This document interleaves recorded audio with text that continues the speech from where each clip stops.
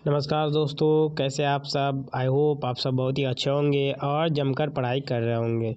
स्वागत है आप सभी का सब्जेक्टिव के महातांडव सीरीज में। आज की इस वीडियो में हिस्ट्री यानी इतिहास का और VVI most important subjective question लेके आए हैं, जो कि 14 फरवरी के एग्ज़ाम के लिए बहुत ही इम्पॉर्टेंट है। ये सेट हमारा 4 है। इससे पहले हम 3 सेट अपलोड कर दिए हैं। यदि आप सब नहीं देखे हैं तो प्लेलिस्ट में जाकर ज़रूर देख लीजिएगा। उसमें भी बहुत ही इम्पोर्टेंट क्वेश्चन कराया गया है। तो चलिए बिना देरी की ओर क्वेश्चन की ओर आगे बढ़ते हैं। पहला प्रश्न है हमारा, पहला मोस्ट इम्पॉर्टेंट प्रश्न है, अति लघु उत्तरीय प्रश्न है, 2 मार्क्स में पूछे जाते हैं। ठीक ना। कि स्वतंत्रता आंदोलन की 4 महिलाएं के नाम लिखिए जो कि स्वतंत्रता आंदोलन में भूमिका में था। तो चलिए इसका उत्तर आसान और सरल भाषा में आपको बताते हैं। भारतीय स्वतंत्रता संग्राम में सरोजिनी नायडू, एनी बेसेंट, कस्तूरबा गांधी और अरुण असफर अली ने क्या महत्वपूर्ण भूमिका निभाई थी। अगला दूसरा पॉइंट है मोस्ट इम्पोर्टेंट VVI प्रश्न है। ठीक ना। अशोक के अभिलेख में उपयोग में आए 2 लिपियों के नाम लिखे। मोस्ट इम्पोर्टेंट VVI प्रश्न है, आप सब याद जरूर कीजिएगा और इसका आंसर जो है बहुत ही आसान और सरल भाषा में हम आपको बताते हैं। अशोक ने अभिलेख के मुख्य रूप से ब्राह्मणी और खरोष्टी लिपि में लिखे गए थे। इसके अलावा यूनानी और अरमाइक लिपि में भी प्रयोग हुआ था, लेकिन अधिकतर क्या है कि अशोक ने जो अभिलेख लिखा गया था वो ब्राह्मणी और खरोष्टी लिपि में। याद रखिए, एक ही लाइन याद रखिएगा तो हो जाएगा आंसर। अगला हमारा तीसरा क्वेश्चन है हमारा, भारत छोड़ो आंदोलन कब और किसके द्वारा शुरू किया गया था। तो भारत छोड़ो आंदोलन जो है 8 अगस्त को 1942 में महात्मा गांधी के नेतृत्व में शुरू किया गया था और महात्मा गांधी जी के द्वारा ही नेतृत्व किया गया था। इसी आंदोलन के दौरान जो है महात्मा गांधी ने करो और मरो का नारा दिया था। याद रखिए। अगले प्रश्न में प्रश्न नंबर 4 मोस्ट इम्पोर्टेंट VVI प्रश्न है। ठीक ना। यह प्रश्न जो है आपको 3 मार्क्स में पूछा जाएगा। ठीक, बहुत ही इंपॉर्टेंट है।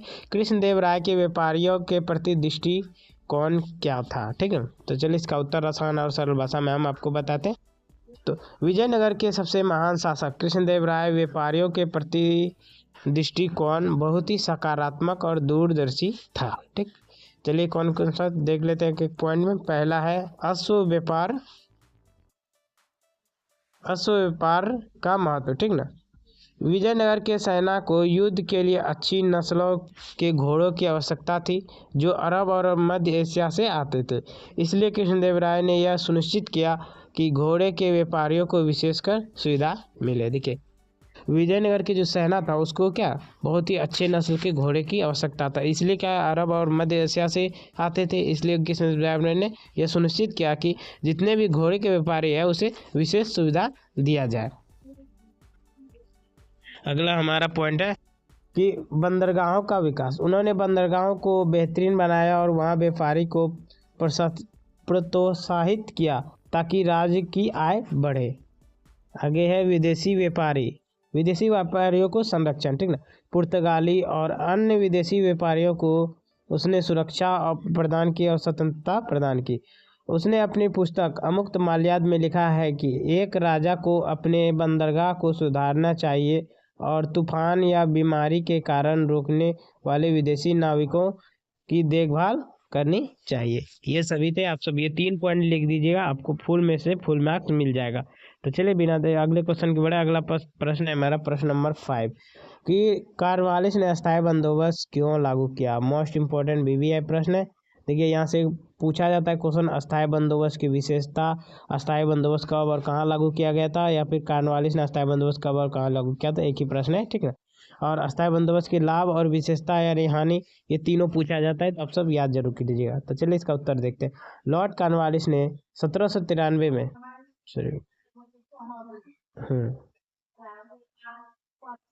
लॉर्ड कॉर्नवालिस ने 1793 में अस्थायी बंदोबस्त के रूप में मुख्य रूप से निम्नलिखित कारणों से लागू किया गया था। देखिए, लॉर्ड कॉर्नवालिस ने जो है 1793 में बंगाल में अस्थायी बंदोबस्त किस लिए लागू किया था, निम्नलिखित कारणों से। चलिए नीचे जो का कारण है देख लेते हैं।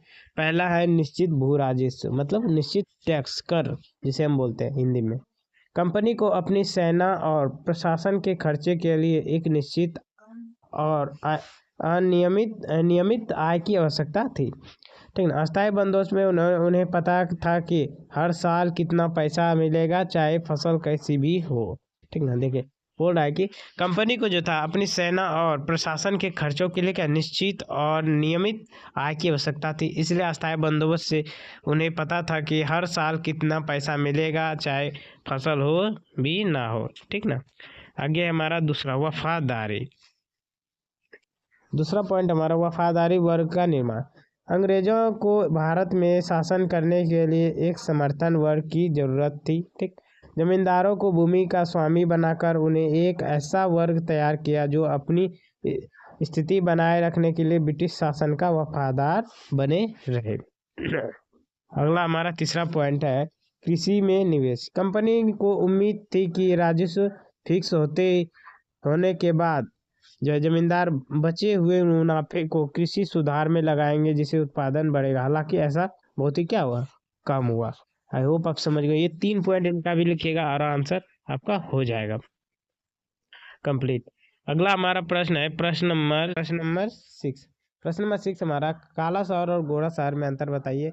यह क्वेश्चन 3 मार्क्स एंड 5 मार्क्स में पूछा जाता है, याद रखिएगा 3 एंड 5 मार्क्स में। चलिए इसका उत्तर देते हैं। औपनिवेशिक काल में मद्रास, बम्बई और कोलकाता जैसे शहरों में अंग्रेज ने नस्लीय आधार पर बस्तियों को 2 भागों में बांटा था।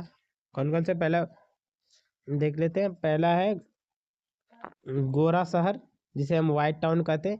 यह शहर वह हिस्सा था जहाँ केवल यूरोपीय अंग्रेज रहते थे। ठीक। यहाँ चौड़ी सड़कें, बड़े बंगले, बगीचे और अच्छी जल निकास की व्यवस्था होती थी। यह क्षेत्र अक्सर किलेबंद, जैसे कि मद्रास में फोर्ट सेंट जॉर्ज होता था, और यहाँ सुरक्षा के कड़े इंतजाम थे। वही बात करें काला शहर की, तो काला शहर यह वह क्षेत्र है जहाँ भारतीय लोग रहते थे। यहाँ की सड़कें संकरी और मकान घने होते थे। ठीक है। और भारतीय संघ की क्या था, जो सड़क था वो बहुत ही सक्रिय यानी कि सटा हुआ रहता था, और मकान सब घना घना रहता था, सटा सटा रहता था। अंग्रेज के अनुसार यहाँ गंदगी और अराजकता थी। यहाँ पारंपरिक बाजार, मंदिर और कारीगरों के आवास होते थे। यहाँ विभाजन औपनिवेशिक सत्ता की श्रेष्ठता और भेदभाव को दर्शाता था। आई होप आप समझ गए होंगे। अगले प्रश्न की बात, प्रश्न नंबर 7। प्रश्न नंबर 7 हमारा मोस्ट इम्पोर्टेंट ये भी प्रश्न है कि भारतीय संविधान के निर्माण की प्रक्रिया और विशेषताओं का वर्णन करें।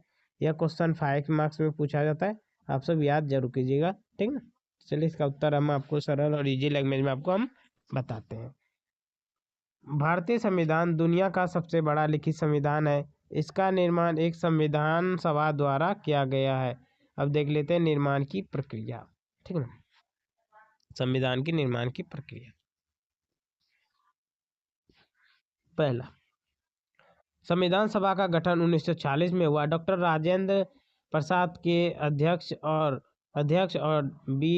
डॉक्टर भीमराव अंबेडकर प्रारूप समिति के अध्यक्ष थे। संविधान बनने में 2 वर्ष 11 महीने और 18 दिन समय लगा था। अगला है 13 दिसंबर 1946 को जवाहरलाल नेहरू ने उद्देश्य प्रस्ताव पेश किया, जो संविधान का आधार बना। तीसरा अगला पॉइंट हमारा भारत विभाजन और रियासतों के विलय जैसे चुनौतियों के बीच इसे तैयार किया गया। अब देख लेते हैं इसके प्रमुख विशेषता। ठीक ना। बात की इसकी विशेषता की बात करें, यह क्या विश्व का सबसे लंबा और लिखित संविधान है। ठीक। यह भारत को एक प्रभुत्व संपूर्ण लोकतांत्रिक और धर्मनिरपेक्ष गणराज्य घोषित करता है। तीसरा पॉइंट है नागरिकों को मौलिक अधिकार और वैश्विक मताधिकार दिए गए हैं। ठीक ना। 26 नवंबर 1949 को इसे अपनाया गया और 26 जनवरी 1950 को क्या कहे लागू कर दिया गया संविधान। आई होप आप समझ गए होंगे। अब सब एक बार नोट डाउन करके पढ़ लीजिएगा, याद हो जाएगा। अगला प्रश्न है प्रश्न नंबर 8। कृष्णदेव राय की उपलब्धियों का मूल्यांकन करें। या क्वेश्चन ये पूछा जा सकता है कि वे विजयनगर के महान शासक क्यों माने जाते हैं। ठीक ना। कृष्णदेव जो राय थे वो विजयनगर शासक के महान शासक क्यों माने जाते हैं। तो चलिए इसका उत्तर हम देखते हैं, आसान और सरल भाषा में।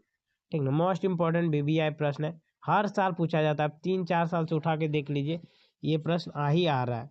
ठीक है, 2018, 2019, 2020, 22, 23, 25, 24 देख लीजिए। ठीक ना।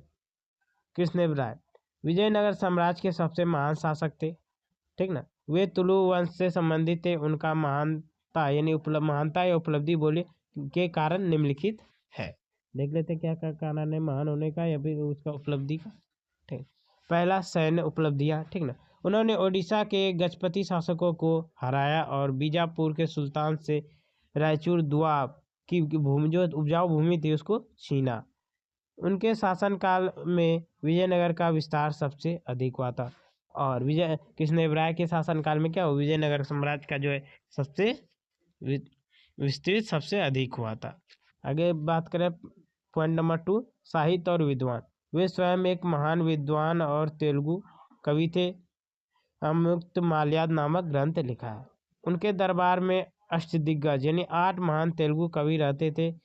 उन्हें अंधभोज भी कहा जाता था। ठीक ना।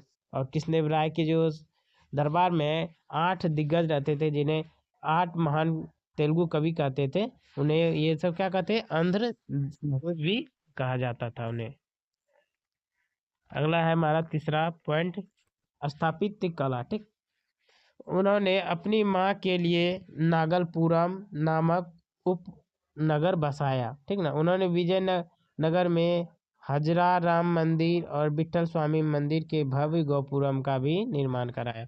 और इन्होंने क्या है, कृष्णदेवराय ने जो अपने माँ के नाम पर नागलपुरम जो है नामक उपनगर बनाया। और उन्होंने विजयनगर में जो है हजरा राम मंदिर और विठल स्वामी मंदिर का भव्य गोपुरम का भी निर्माण इन्होंने ही करवाया था।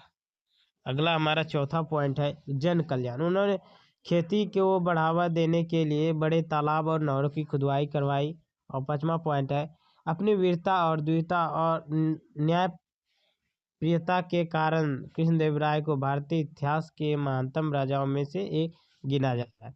आई होप आप सबको ये वीडियो कैसा लगा। अगर आप सबको वीडियो अच्छा लगा तो कमेंट बॉक्स में बताइएगा और वीडियो को लाइक करके चैनल को सब्सक्राइब जरूर कर लीजिएगा और ज़्यादा से ज़्यादा बच्चों तक शेयर कीजिएगा। चलिए मिलते हैं अगली वीडियो में।